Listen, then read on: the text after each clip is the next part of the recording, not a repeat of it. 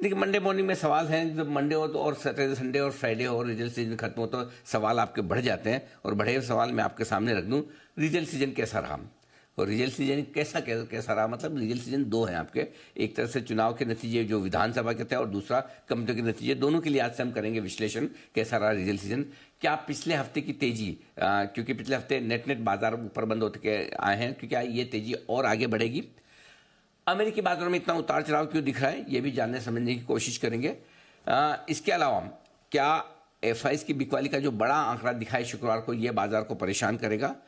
अब आगे चलते हुए बाजार के लिए बड़े ट्रिगर्स क्या है, वो भी जानना समझना जरूरी है आपके लिए।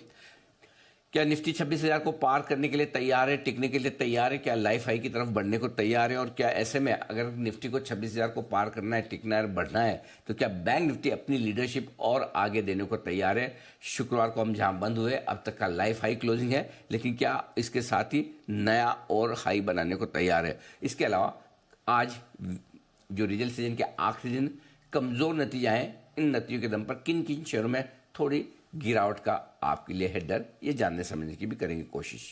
चलिए सर, हमारे मार्केट में तो बहुत सारे ट्रिगर्स हैं और बड़े इंटरेस्टिंग ट्रिगर्स हैं जिसका विश्लेषण करेंगे। लेकिन सर, मैं चाह रही थी कि आप शुरुआत थोड़ा आज ट्रम्प साहब के साथ करें। कुछ अच्छा काम वो करते हुए नजर आए हैं और दूसरी तरफ हम देख रहे हैं अमेरिकी मार्केट्स में कुछ क्लैरिटी नहीं बन रही। अब लग रहा है कि क्या स्ट्रेंथ पे ब्रेक लग गया है?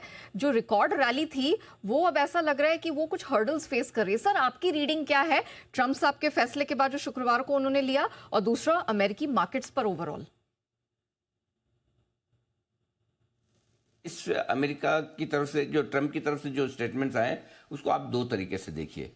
पहला तो ये है कि ट्रम्प ने क्या किया है, क्यों किया है, उसको समझिए। ट्रम्प ने कहा है कि कुछ देशों के साथ में कुछ प्रोडक्ट्स में उनको ऐसा लगता है कि टैरिफ कम कर देना चाहिए, हटा देना चाहिए। और ये कौन से प्रोडक्ट हैं? खाने पीने की चीज़ें वाले, चाय कॉफ़ी टाइप की, जो आपकी और मेरी पसंद वाले ड्रिंक्स हैं, चाय कॉफ़ी, उनके लिए उन्होंने ये सब किया है।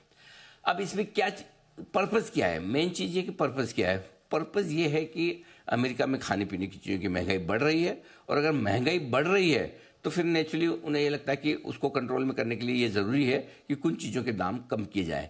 सो पहली चीज़ तो ये कि मेक नो मिस्टेक, जो कुछ भी कम करने का प्लान उनका है, वो प्लान पूरा का पूरा इसी बात को लेकर है कि दिक्कत अमेरिकी लोगों को होती हुई दिख रही है और इसीलिए वो कर रहे हैं।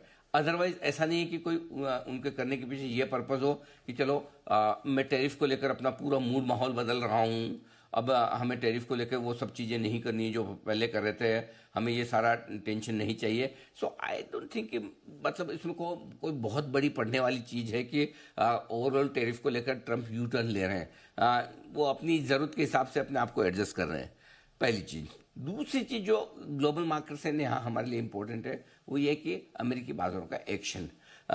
शुक्रवार को फिर से 300 पॉइंट डाउन नीचे बंद हुआ है। नेस्डेक नीचे से रिकवर करके हल्के हरे निशान में बंद हुआ है। तो पिछले 2-3 दिनों से नेस्डेक अंडर परफॉर्म कर रहा था, लेकिन अगर आप पिछले 4 सेशन का डाउ का मूव देखिए, 5 सेशन का, पिछले पूरे हफ्ते का, पहले 3 दिनों में 1300 पॉइंट डाउ बढ़ा, गुरुवार को करीबन करीबन 800 पॉइंट घटा, शुक्रवार की रेंज 600-700 पॉइंट की है। इसका मतलब साफ है कि इन लेवल्स के आसपास आकर अमेरिकी बाजार बहुत वोलेटाइल हो रहे हैं। अपना मूड बनाने की कोशिश करें कि ऊपर जाना है या यहाँ से रुकना है। सो अमेरिकी बाजारों से जो एक तरफा तेजी के बाद एक्सट्रीम वोलेटिलिटी के संकेत आ रहे हैं, वो कहीं ना कहीं टॉप बनाने के संकेत दे रहे हैं। वो थोड़ी सी चिंता की बात हो सकती है, और यही कमोबेश ट्रेंड आपको नेस्डेक में भी नजर आ रहा है। सो मैं अमेरिकी बाजारों को लेकर थोड़ा सा कोशिश हूँ, देखते हैं अगले 2-3 दिनों में क्या कुछ होता है। तो ये अमेरिकी बाजारों का हाल है, और बाकी ग्लोबल मार्केट से 1-2 और अच्छी चीजें हैं मेरे पास में, आप कहेंगी तो बताऊंगा।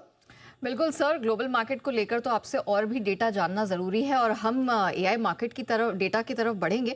लेकिन ये जो सर ने कहा, ये बहुत महत्वपूर्ण है, और ये इसीलिए क्योंकि हमने देखा है कि यहाँ पर जो वीकली परफॉर्मेंस भी है यूएस मार्केट का, काफ़ी ठंडा रहा है। अब फिर आप एस&पी देख लीजिए, नैस्डैक देख लीजिए, डाउ देख लीजिए, ये तमाम वो इंडिसीज हैं जो रिकॉर्ड रैली बना रहे थे, लेकिन अब काफ़ी दूर ये अपने पिछले रिकॉर्ड स्तर के करीब के पास से निकल कर फिसल कर आ चुके हैं।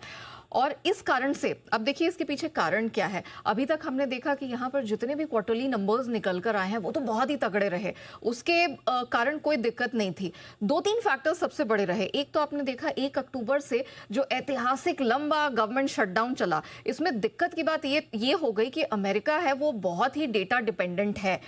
यहाँ पर उनके पेरोल के आंकड़े आते हैं, घरों की बिक्री के आंकड़े आते हैं, उनकी महंगाई के आंकड़े आते हैं और हर तरह के आंकड़े निकल कर आते हैं और उसके बाद हम देखते हैं वो मिसिंग थे। इससे फेडरल रिजर्व ने कहा कि हम यहाँ पर कुछ भी क्लैरिटी नहीं मिल पाई और इस कारण से हमने देखा कि एक बार फिर से असमंजस का माहौल ग्लोबल मार्केट में, यूएस मार्केट में बनता दिखाई दे रहा है। सर अब ये बताइए, हम ग्लोबल मार्केट की, यूएस मार्केट की बात कर रहे हैं, लेकिन ये जो मूडीज का भरोसा बढ़ा है इसे आप कैसे देखते हैं?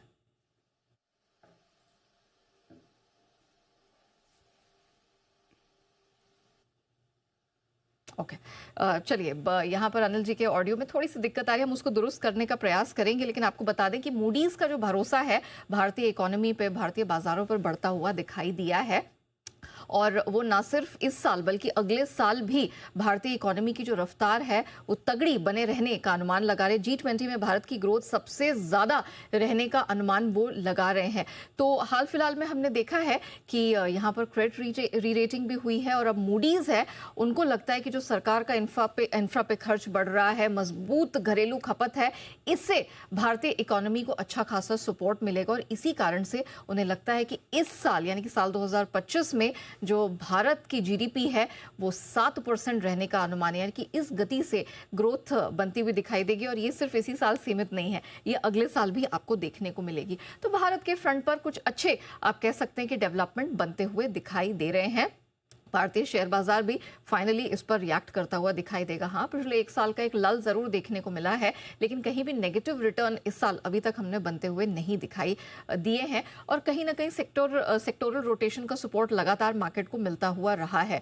कभी आईटी आया है बचाने के लिए, कभी डिफेंस स्पेस ने सपोर्ट किया है। हाल फिलहाल में हमने देखा है कि कैपिटल मार्केट स्पेस से जो मार्केट इंफ्रा स्पेस है उससे अच्छा खासा सपोर्ट मिलता दिखा है।